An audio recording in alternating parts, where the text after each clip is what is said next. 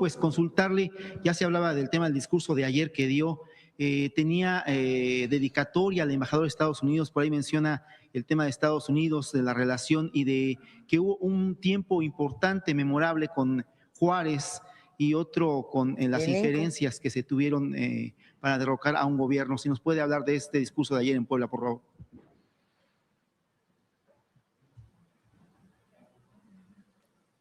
Miren, yo he sido muy cuidadosa. Bueno, vamos a dividirlo en dos. Lo primero es que nuestra soberanía no está en negociación.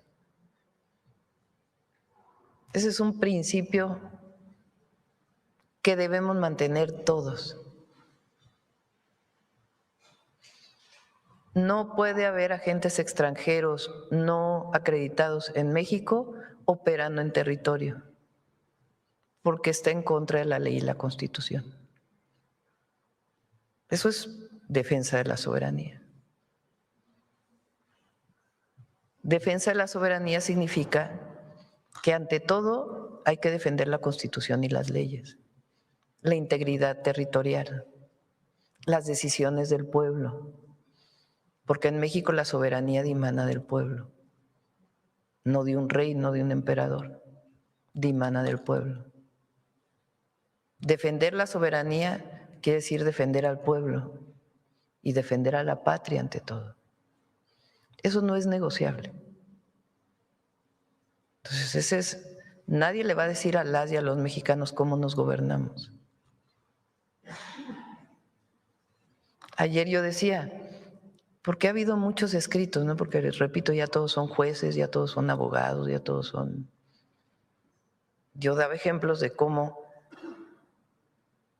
se podía haber justificado legalmente que Francia invadiera México porque le debía dinero. Pues casi. No, perdón. Hasta Juárez dijo, primero dijo que se iban a suspender las deudas, luego hace un decreto diciendo no, sí reconocemos la deuda. Y el único país que decide invadir a México es Francia. Fíjense qué bonita es la historia del 5 de mayo. Nada más pongámonos en ese momento. El ejército de Napoleón III, el mejor ejército del mundo reconocido en aquel momento por todos. Y un general, Zaragoza, que era ministro de guerra de Juárez, Juárez le dice, no, vete a atender la invasión de manera directa, porque él había triunfado frente a los conservadores en varias batallas. Y el ejército mexicano de aquella época, pues imagínense, después de la guerra de Reforma, con un país que tenía muchísimos problemas económicos,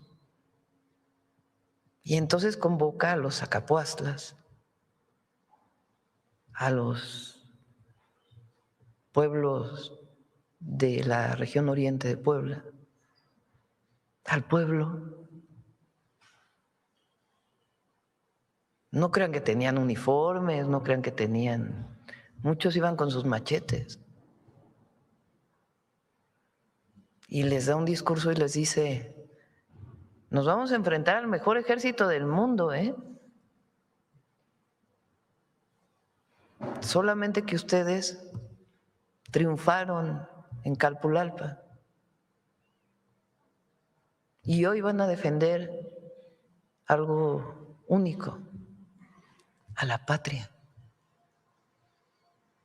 Y nadie pensaba que México iba a derrotar al ejército de Napoleón III. Y ese pueblo, por eso hay que conocer la historia y sentirnos orgullosos del pueblo de México. Derrota al mejor ejército del mundo en una batalla, la del 5 de mayo. Claro, después los franceses traen a más, se unen con los conservadores mexicanos, por eso también hay que conocer la historia. Forman un ejército ya de 30,000 hombres Y un año después de un sitio de 62 días ahí mismo, 62 días, ya Zaragoza lamentablemente había fallecido, pero 62 días defendieron en Puebla, hasta que por el sitio que habían hecho, pues vencen los franceses y llegan hasta la Ciudad de México. Juárez, con su inteligencia, y los liberales salen fuera de la Ciudad de México, se van al norte y dicen, no, no hay que enfrentarnos batalla con el ejército francés, hay que hacer un esquema de guerra de guerrillas. Y no dejan en paz al ejército francés mientras estuvo Maximiliano aquí. Dice la historia que por el debilitamiento de Napoleón III se tuvieron que ir. No cuentan esa historia como si nada más hubiera sido un problema en Europa. La lucha que dio el pueblo de México, hombres y mujeres de todos lados, que no dejaban en paz al ejército francés. La resistencia. Entonces, la soberanía está por encima de todo, de todo. Y por eso la historia es la mejor enseñanza. Y el gigante Juárez, porque es un gigante, siempre hay que recurrir a él en los momentos de duda, de dificultad, porque es la enseñanza hasta nuestros días. Para los conservadores no, Los conservadores no quieren a Juárez, pues porque Juárez quitó fueros y privilegios. Y todavía rememoran la colonia. Entonces, en las circunstancias actuales y en cualquier momento, lo primero es la defensa de la soberanía. Ahora, hay algo que a mí me llama la atención y quiero compartirles.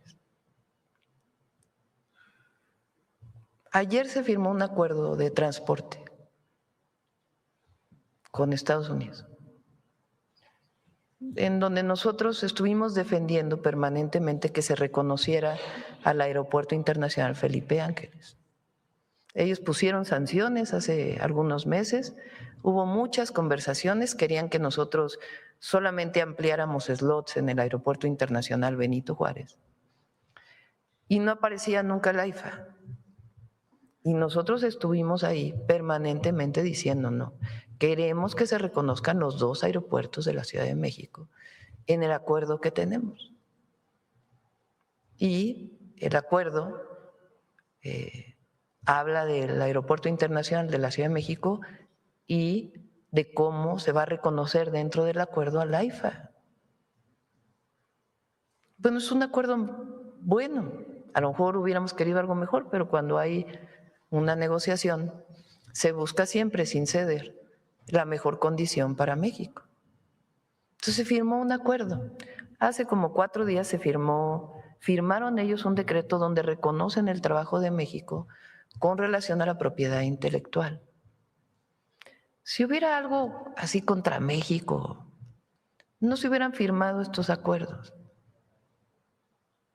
Hay un trabajo muy importante de Julio Verdeguer, que él, aunque haya dejado la Secretaría de Agricultura, tiene como tarea, sus principales tareas, el tema del gusano barrenador en la negociación con Estados Unidos, del jitomate, bueno, todo lo que tiene que ver con la revisión del tratado en materia de agricultura. Y el tema, ¿qué otro tema tenemos ahí pendiente? El azúcar, porque Estados Unidos redujo mucho la cuota de azúcar, de importación del azúcar en México. Y se está trabajando muy bien en esas comisiones. No ha habido ningún problema. Es decir, no hay una situación en donde nosotros veamos que ha cambiado la relación con Estados Unidos. Pues yo digo que es un tema de la oficina del Departamento de Justicia del Sur de Nueva York. Hasta ahora. No es un tema, desde mi punto de vista, por cómo ha venido la relación de una cosa así de ofensiva contra México. Entonces, frente a eso, no hay que, siempre como decimos, cabeza fría. ¿Cómo hay que actuar? Bueno, a ver, están enviando esto. Denos pruebas. Denos pruebas. A este respecto también, doctora, dos cuestiones. Hoy hay, bueno,